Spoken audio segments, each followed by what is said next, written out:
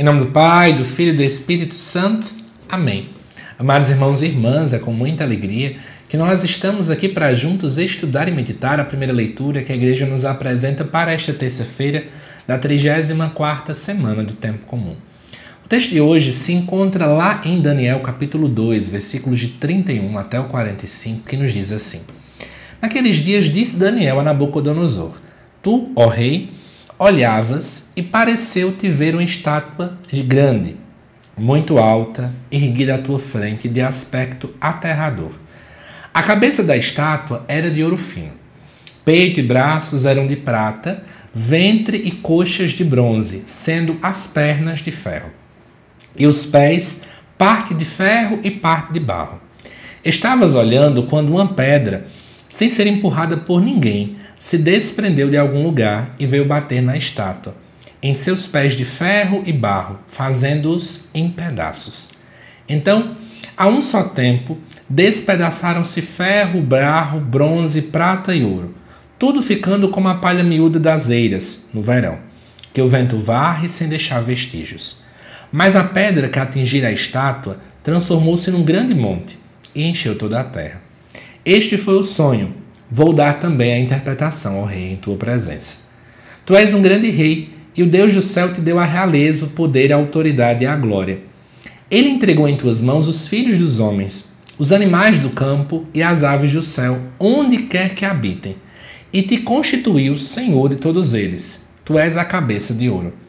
Depois de ti surgirá outro reino que é inferior ao teu, e ainda um terceiro que será de bronze e dominará toda a terra. O quarto reino será forte como o ferro. E assim como o ferro tudo esmaga e domina, do mesmo modo, à semelhança do ferro, ele esmagará e destruirá todos aqueles reinos. Viste os pés e dedos dos pés, parte de barro e parte de ferro, porque o reino será dividido. Terá a força do ferro, conforme viste o ferro misturado com o barro cozido. Viste também que os dedos dos pés eram parte de ferro e parte de barro, porque o reino em parte será sólido e em parte quebradiço.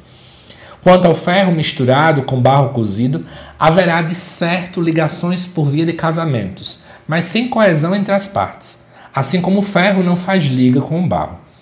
No tempo desses reinos, o Deus do céu suscitará um reino que nunca será destruído, um reino que não passará a outro povo, antes esmagará e aniquilará todos esses reinos, e ele permanecerá para sempre.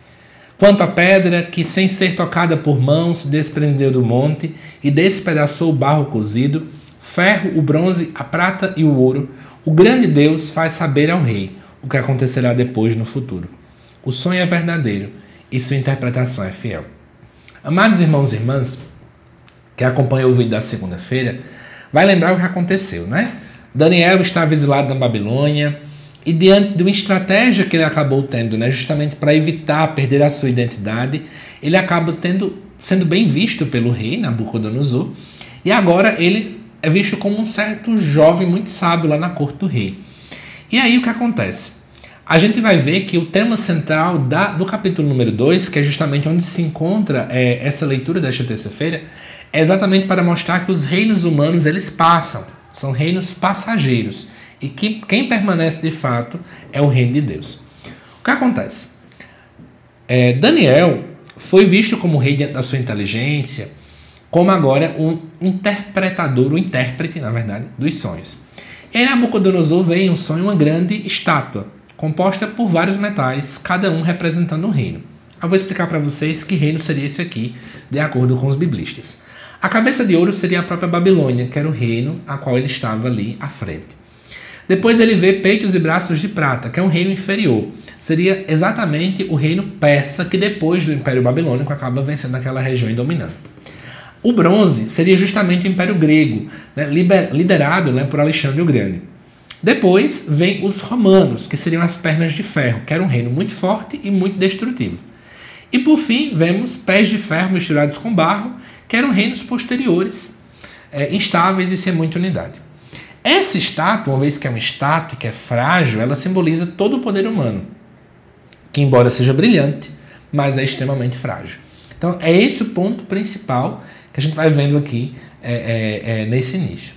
Só que aí a pedra que vem, ela vem sem intervenção humana. né? Diz aqui que elas sem ser tocadas por mãos, se desprendeu do monte, despedaçou o barro cozido, e Paraná, no versículo 45. Essa pedra que se desprende sem influência humana mostra aqui alguma ação divina. E ela atinge os pés, que é a parte então mais frágil, e toda a estrutura acaba desmoronando. E essa pedra cresce e torna-se um grande monte. O que é que isso aqui está querendo mostrar para a gente? Né? Que o reino de Deus ele não tem origem humana, ele destrói todos os outros reinos e ele é eterno e universal. Amados irmãos e irmãs, a história da humanidade não vai estar nas mãos de poderes políticos, na mão de pessoas quaisquer, mas sim na mão de Deus. É isso que a gente precisa colocar na nossa cabeça. Porque muitas vezes parece que a gente está criando aí uma espécie de um medo, né? A gente olha para o mundo atual, as coisas vão dando tudo errado, parece que a gente vai colocando na nossa cabeça alguns medos aí, como se parece que Deus não está no controle das coisas. Mas na verdade Deus está no controle. E vou dizer mais. O reino de Deus não é uma espécie de um sucessor de todos os reinos humanos, mas ele é um substituto. Um substituto que chega destruindo, que esmaga essa dominação, que esmaga toda essa visão equivocada que a gente vai vendo. Só Deus, só o reino de Deus dura para sempre. Somente a palavra de Deus dura eternamente. Isso precisa ficar muito forte no nosso coração, porque a gente pode aplicar na nossa vida também, né? Quantas situações aí de exploração, de dominação, a gente vai vendo nos mais diversos lugares, nas mais diversas situações. E olhar para esse texto, olhar esse cuidado de Deus, esse poder de Deus permanente, dá em nós esperança, segurança, certeza diante de um mundo cheio de tantas incertezas. Sabe? Dá esperança em um mundo de tantas desesperanças. Dá coragem em um mundo que tanto nos desencoraja. A palavra de Deus, ela é extremamente viva neste aspecto. E ela quer nos provocar para que nós possamos, de fato, ter ânimo, ter coragem e esperança na palavra de Deus que nunca passa. Tudo vai passar, todas as coisas poderão vir a acontecer, mas a palavra de Deus é eterna. E ela, de fato, deseja perpassar a nossa alma, perpassar a nossa vida, para nos fazer homens e mulheres ainda mais, né, com esse olhar futuro, e esse olhar além das realidades, entendendo que Deus está no controle. O mundo pode estar um caos, mas Deus ainda está no controle de tudo. Amado irmão e irmã, espero que você tenha gostado desse estudo, desta reflexão. Eu te aguardo aqui no canal, tá bom? Daqui a pouco, às 7 horas da noite, para o estudo do Evangelho, também desta terça-feira. Até mais!